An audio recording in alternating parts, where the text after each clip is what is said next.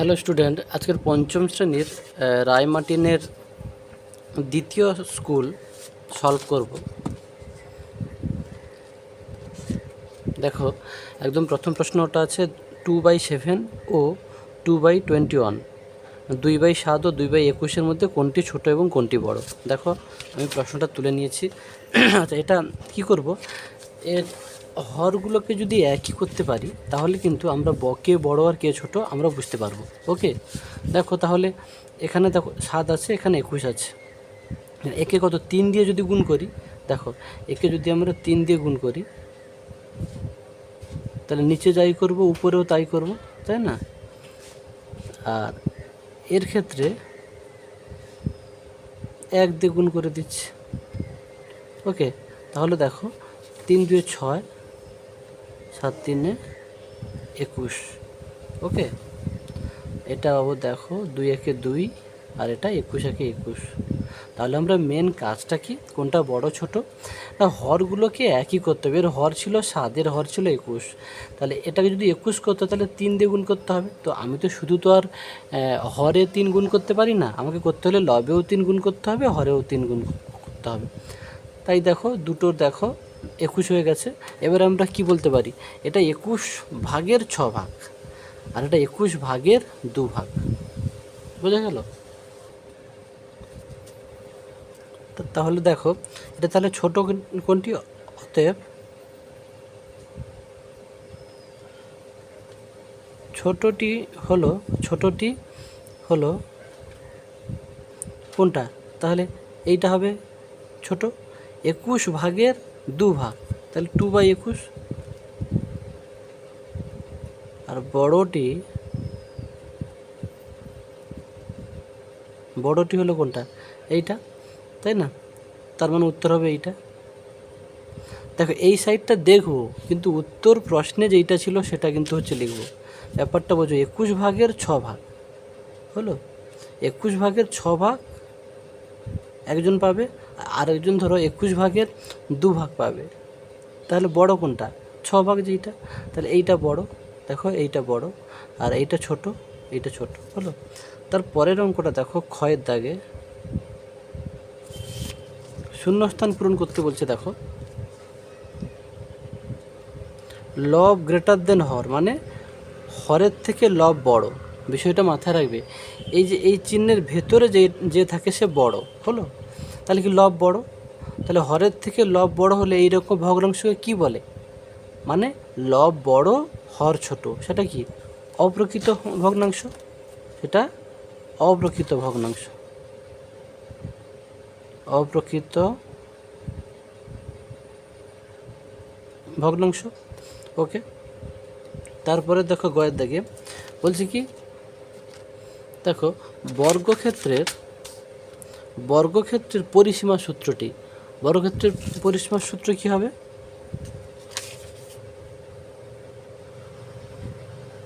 বর্গক্ষেত্রের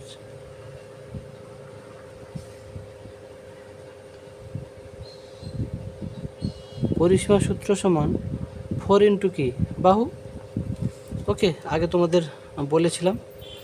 তারপরে ঘয়ের দাগেরটা দেখো, বলছে ঠিক না ভুল, 3 ভাজিতক 9 হলো। আমি প্রশ্নটা তুলে নিচ্ছি। 3 ভাজিতক 9 সমান 9 ভাজিতক 3। ব্যাপারটা বোঝো, তোমাদের বুঝতে হবে। এই সমান চিহ্ন মানে কি দুপাশে সমান হবে। ওকে, আচ্ছা আমি এইটাকে কি লিখতে পারি, 3/9 সমান 9/3 হলো। একে কাটাকাটি করো, 3 1 3, 3 3 9, 3 1 3, 3 3 9 হলো। একটা তোমরা লিখতে পারো, না লিখতে পারো। এটা কত হলো, 1/3 সমান ধরো 3, নিচে 1 লিখতে নিই। তাহলে দেখো দুপাশটা কি সমান হলো, দেখো উভয় পক্ষটা সমান চিহ্নের দুপাশে কি সমান হলো, তাহলে সমান হয়নি, তার মানে এটা ভুল।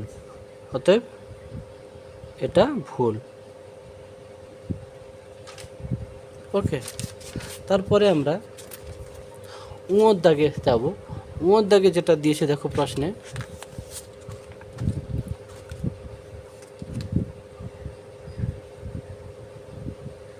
দেখো ওর দাগে দিয়েছে 7-এর বর্গ কত। তোমাদের বলেছিলাম সবাই বর্গ নামটা মুখস্থ করে নেবে, পারলে একদম 2 থেকে 30 পর্যন্ত। তো তোমরা খুব ছোট ক্লাস, তোমরা 2 থেকে 20 পর্যন্ত মুখস্থ করে নিতে পারো। হলো 7-এর বর্গ মানে 7 গুণিতক 7 মানে 7 7 49। ওকে, ওর দাগে বলছে 7-এর বর্গ সমান সমান কত, 7 গুণিতক 7 মানে 49। ওকে, তারপরে আছে দেখো, তার পরের প্রশ্নটা দেখো, ফাঁকা শূন্যস্থান পূরণ করো, 6.30 টাকা সমান কত টাকা কত পয়সা। আমি প্রশ্নটা তুলছি।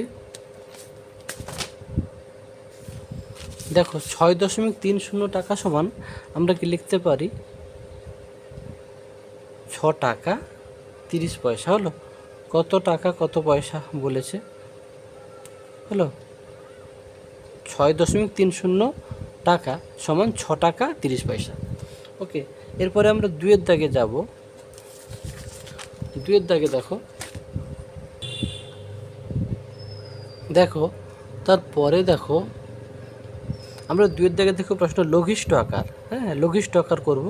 তো লঘিষ্ঠ আকারের নিয়ম কি, লব ও হরকে একটা সংখ্যা দিয়ে কাটবো। মানে তোমাকে এমন একটা সংখ্যা খুঁজে বার করতে হবে যেটা দিয়ে লব বিভাজ্য হর বিভাজ্য। হলো মানে একটা নামতা দিয়ে বা একটা সংখ্যা দিয়ে, যাই হোক লব ও হরকে কাটতে হবে।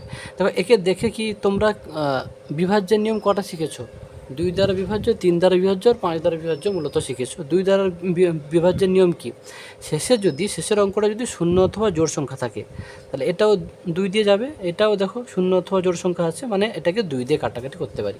দেখো প্রশ্নটা আমি তুলে নিয়েছি। তাহলে দেখো আমি কী করি, 2 3 6, এখানে 1 আছে 18, 2 9 18, 2 5 10, 1 আছে 2 1 2।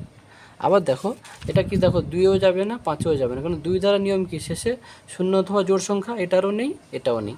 আর 5 দ্বারা কি, শেষে শূন্য অথবা 5, এরও শূন্য অথবা 5 নেই শেষে, এরও শূন্য অথবা 5 নেই শেষে।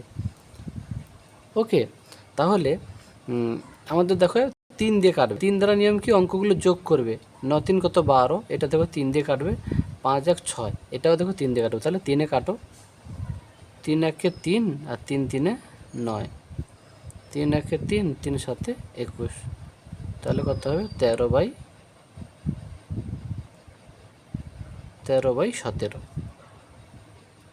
ওকে, তারপরের প্রশ্নটা দেখো, এটা 2-এর দাগের ক। এবারে আমরা 2-এর দাগের ক্ষয়ে যাব। ক্ষয়ে কি অঙ্কটা আছে দেখো,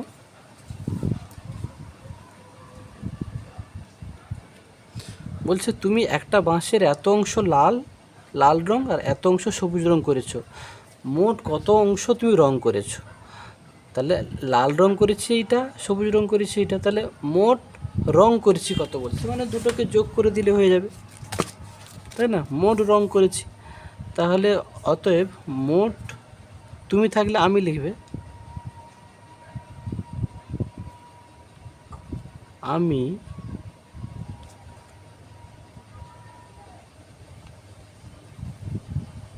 মোট রং করেছি, কী লিখবো তাহলে 5/8 যোগ করে দিতে হবে নাকি। ভগ্নাংশের যোগের নিয়মে হরগুলো দেখো লসাগু করতে হয়, আমি সাইডে লসাগু করে নিলাম। লসাগুর নিয়ম কি, কমপক্ষে 2টো যেতে হবে কোনো সংখ্যা দিয়ে। ওকে, তাহলে 2 4 8, 2 2 4, আবার 2 যাবে, দেখো 2 2 4, 2 1 2। লসাগুর উত্তর কেমন লিখতে হয়, পাশেরগুলো আর নিচে যারা আছে সবাইকে গুণ করে দিতে হলো। তাহলে 2 2 4, 2 8, এই দাগের নিচে লসাগুটাকে লিখতে হয়। তাহলে লসাগুকে হর দিয়ে ভাগ করবে, যেটা হবে লবের সঙ্গে গুণ করবে। তাহলে লসাগুকে মানে 8কে এই হর দিয়ে ভাগ করলে, 8কে 8 দিয়ে ভাগ করলে কত হবে, 1 হবে। 1 গুণিতক 5 মানে 5 একে 5। এটাও তাই, লসাগুকে হর দিয়ে ভাগ করো, 8কে 4 দিয়ে ভাগ করো, 2 হবে, যেটা হবে লবের সঙ্গে গুণ করে 2 একে 2। তাহলে কত, 5 2 কত, 7, 7/8 অংশ, 7/8 অংশ।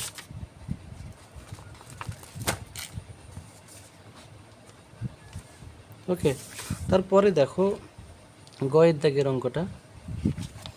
গয়ের দাগে কি বলেছে দেখো,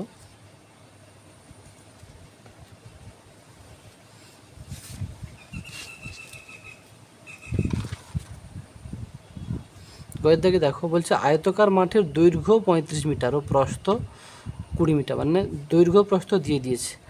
মাঠের ধার বরাবর 4 দিকে একবার হেঁটে আসতে, 4 দিকে মানে 4 দিকে এরকম একবার হেঁটে আসতে, এরকম বোঝালে তোমরা কিন্তু পরিসীমা বার করবে। ওকে, মাঠের 4 ধার একবার হেঁটে আসবো হলো, এরকম থাকলে পরিসীমা বার করতে হয়। তাহলে তোমরা সরাসরি আয়তক্ষেত্রের পরিসীমা সূত্র কি, 2 × দৈর্ঘ্য যুক্ত প্রস্থ। ওকে, তাহলে কত মিটার পথ হাঁটতে হবে না, তোমরা লিখবে মাঠের 4 ধার, এই মাঠের ধার বরাবর 4 দিকে একবার হেঁটে আসতে 2 × দৈর্ঘ্যযুক্ত প্রস্থ। এইটা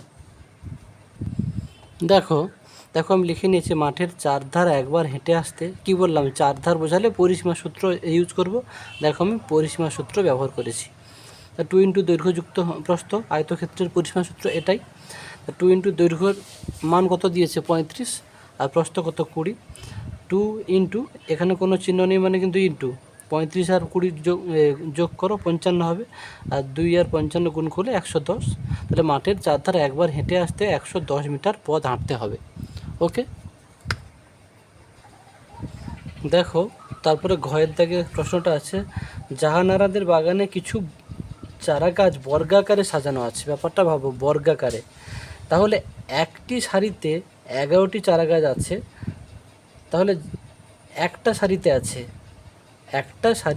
11টা চারা গাছ আছে, তাহলে জাহানারাদের বাগানে গাছের সংখ্যা কত? যেহেতু বর্গাকার আছে তাহলে 11 বর্গ উত্তর হবে, তাই না? বর্গাকারে আছে তো বলে দিয়েছে, তাহলে একটি সারিতে যদি 11টি চারা গাছ থাকে, তাহলে জাহানারাদের বাগানে গাছের সংখ্যা কত হবে? 11 বর্গ। ওকে, কেননা যেহেতু বলে দিয়েছে বর্গাকারে সাজানো আছে, তাহলে অতএব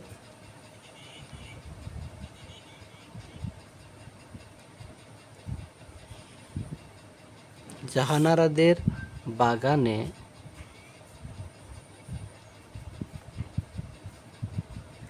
গাছের সংখ্যা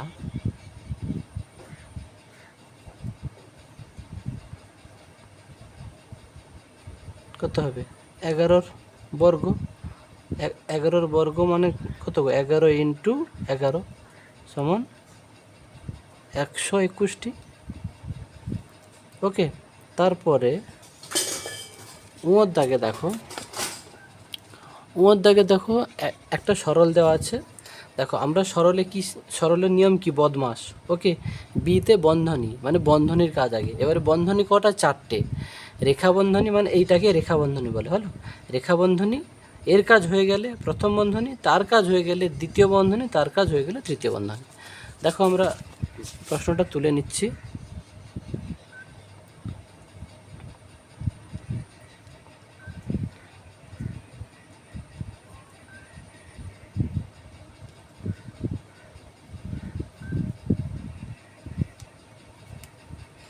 ওকে, তাহলে দেখো রেখা বন্ধনীর কাজ আগে, যেইটার কাজ আগে সেইটার কাজ করব, আর বাকিগুলো তুলে তুলে যাব। হলো, এটাই নিয়ম।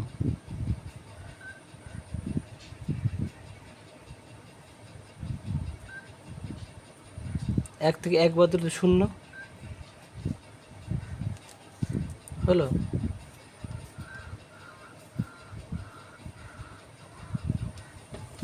এবার দেখো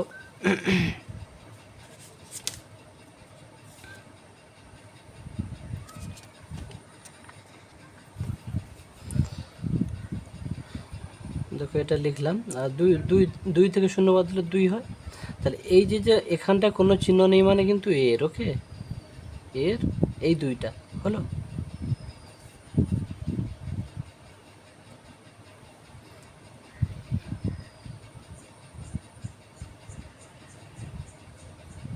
এবারে দেখো, এবারে দ্বিতীয় বন্ধনীর কাজ আগে। দ্বিতীয় বন্ধনীর মধ্যে দেখো কার কাজ আগে হবে।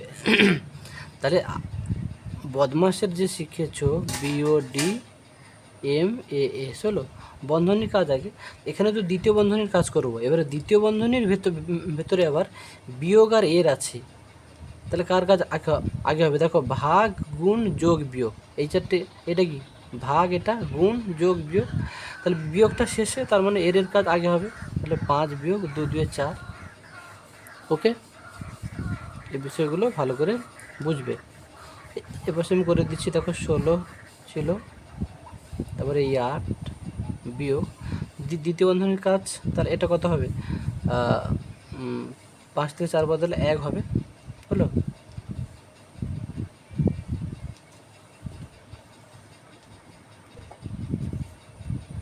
দ্বিতীয় বন্ধনী উঠে যাবে, তাহলে তৃতীয় বন্ধনীর কাজ হবে এটা। তাহলে 8 থেকে 1 বদলে 7,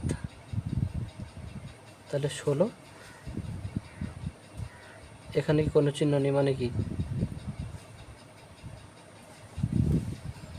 ডাইরেক্ট এখানে তো গুণ হবে, তাই না? 7 গুণিতক, তাহলে কত হবে? এই 16 গুণিতক 7, বোঝা গেল? তাহলে 16 সাথে কত? 7 6 42 2 4 7 7 11। ওকে, 112। তারপরে দেখো চয়ের দেখে সানিয়া এত টাকায় 1 ঝুড়ি আম কিনলো, বাজারে গিয়ে এত টাকায় বিক্রি করলো। মানে এত টাকায় 150.50 টাকায় সে কিনে বিক্রি করেছে 175 টাকায়, তাহলে কিছু বেশি দামে বিক্রি করেছে, হলো। তাহলে বলছে সে কত টাকায় বেশি পেল। কি বলেছিলাম? কত বেশি কত কম থাকলে বিয়োগ করতে হয়, মাথায় রাখবে। কত বেশি কত কম, এই যে দেখো কত টাকা বেশি বা কত টাকা কম, এরকম যদি থাকে প্রশ্নে বিয়োগ করবে। তাহলে কোনটা বড়? এইটা তো বড়, এটা 175 টাকা, আর এটা 150.50 টাকা, তাহলে এটা থেকে এইটা বিয়োগ করব। এটা বিয়োগ করার সময় 175কে লিখবো 175.00, হলো। আর নিচে 150.50। বিয়োগের সময় দশমিকের সোজা দশমিক রাখতে হয়, যার জন্য এইভাবে লিখতে হয়, হলো। 175কে 175.00, হলো। বিয়োগ করো, 0 থেকে 0, এটা 10, 10 থেকে 5 বদলে 5, এখানে 4 আছে, 7 থেকে 5 বদলে 2, হলো। তাহলে অতএব সে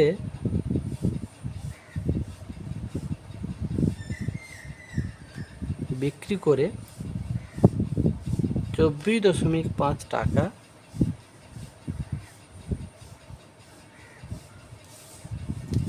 বেশি পেল।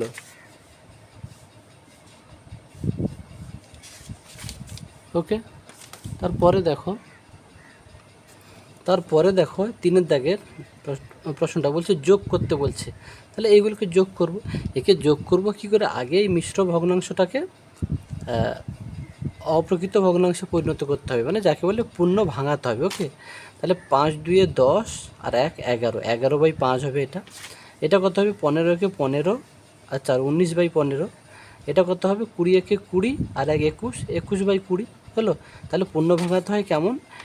নিচেরটা আর সাইডেরটা গুণ করবে, তার সঙ্গে লব যোগ করবে, যেটা হবে সেটা লবে লিখব। আর নিচে যেটা পড়ে আছে 5 পড়ে আছে, এখানে 5 থাকবে, নিচে যা পড়ে আছে তাই থাকবে। তাহলে দেখো আমি প্রশ্নটা তুলে নিয়েছি, দেখো। তাহলে দেখো 5 2 10 আর 1 11, তাহলে 11/5। 15-কে 15 আর 4 কত যোগ করলে? 19, 19/15। 20-কে 20, এটা গুণ করব আর এটা যোগ করব, 20-কে 20 আর 1 21, 21/20।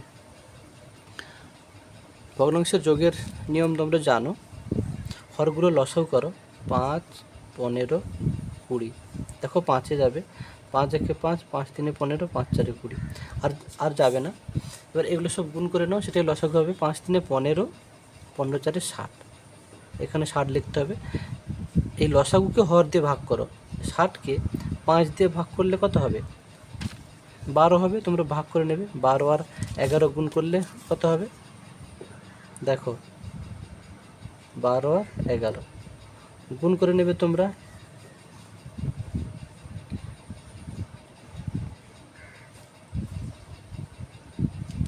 132 হচ্ছে। ওকে, দেখো 12 আর 11 গুণ করেছি 132 হচ্ছে, লিখে নাও এখানে। আবার সেই লসাগুকে হর দিয়ে ভাগ করো, এটা লসাগু এটা হর। লসাগুকে মানে 60কে 15 দিয়ে ভাগ করলে কত 4 হবে, 19 4 কত 19 3 57, 19 4 দেখো 19 4 76। আবার সেই লসাগুকে হর দিয়ে ভাগ করো, 60কে 20 দিয়ে ভাগ করলে 3 হবে, 3 আর 21 গুণ করো, হলো এইটা হলো। এগুলোকে সব যোগ করো, 3 6 9 10 11 এক হাতে রইল 1, আচ্ছা 14 17 17 7 হাতে রইল 1 আর 2, 1 আর 1 2, তোমরা যোগ করে নেবে, আমি মুখে মুখে করে নিয়েছি, হলো। তাহলে এটা হচ্ছে 271। এটাকে তোমরা কি বলেছি, লব যদি বড় হয় হর যদি ছোট হয়, লবকে হর দিয়ে ভাগ করবে। হ্যাঁ, সব সময় আমরা কি করি, লবকেই কিন্তু হর দিয়ে ভাগ করতে হয়। যাই হোক, ভাগ করে তোমরা দেখবে এটা পূর্ণ আসবে, 4 পূর্ণ 31/60 আসবে। ওকে, দেখো তারপরের অঙ্কটা, 14.09 মিটার লম্বা বাঁশ, মানে পুরো বাঁশটা কত 14.09 মিটার। সেই লম্বা বাঁশের এত মিটার কাদায় আছে ও এত মিটার জলে আছে। বলছে জল ও কাদায় মোট কত। তাহলে এইটা তো কাদায়, এইটা আর জলে, তাহলে এই দুটোকে মোট করতে বলছে, হলো। তাহলে এই দুটোকে মোট করো,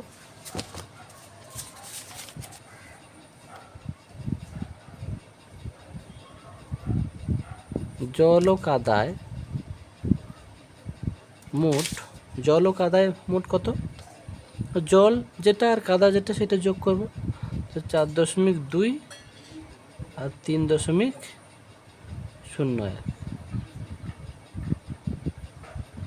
হলো। তাহলে জল ও কাদায় মোট কত আছে, 7.21 মিটার।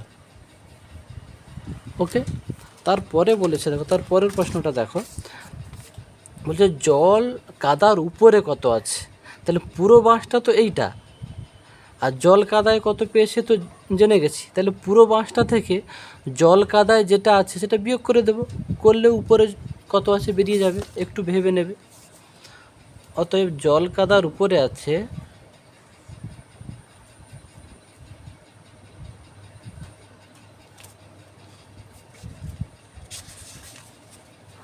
জল কাদার উপরে আছে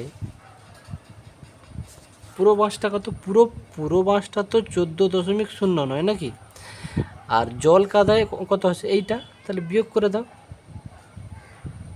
বিয়োগ করে দিলে যেটা আছে সেটা জল কাদার উপরে আছে। ধরো সাপোজ আমি ছবি এঁকে বোঝাচ্ছি, দেখো এইটা হচ্ছে পুরো বাঁশ নাকি, এই পুরো বাঁশটা কত 14.09 হলো, 14.09। আচ্ছা জল ও কাদায় ধরো আছে, হলো, আমি ধরো এইটাকে একটু ইয়ে করে দিচ্ছি, হ্যাঁ ধরো। তাহলে দেখো এই অংশটা হয়তো জল, তোমাদের ছবি এঁকে আমি বোঝাচ্ছি, হলো। জল ধরো তোমার, জল কত 3.01 হলো, জল 3.01। আচ্ছা এবারে কাদায় কত, এইটা ধরো কাদা ধরো, হলো কাদা ধরো 4.2।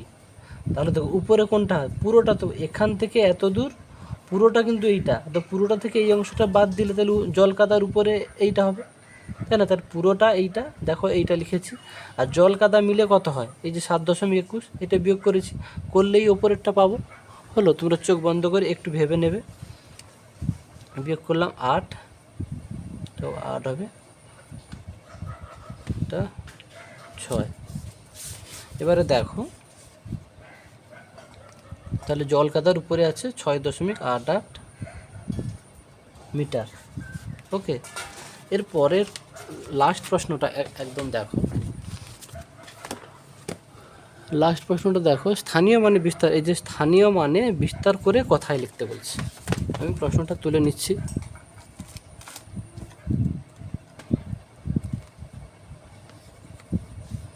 স্থানীয় মানে বিস্তার। প্রশ্নটা আছে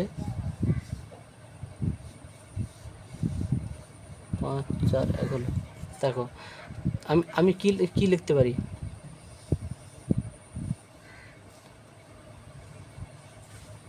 একে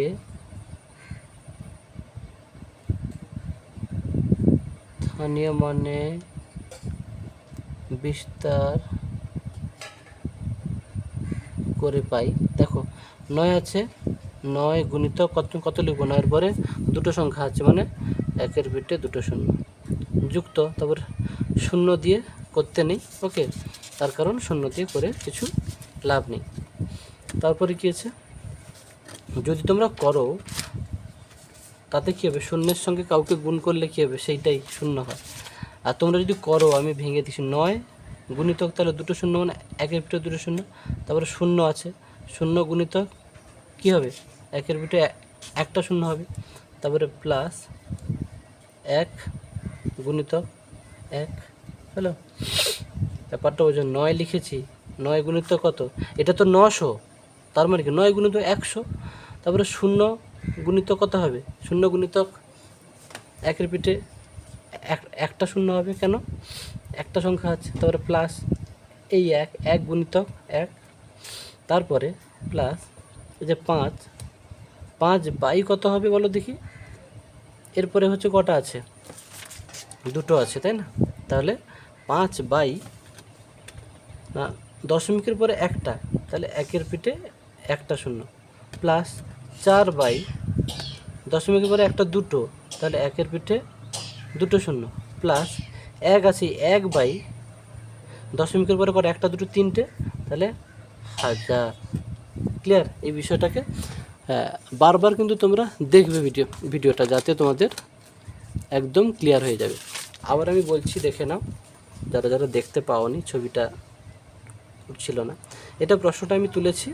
তার 9 গুণিতক 100 প্লাস শূন্য আছে, শূন্য গুণিতক 10 প্লাস 1 গুণিতক 1,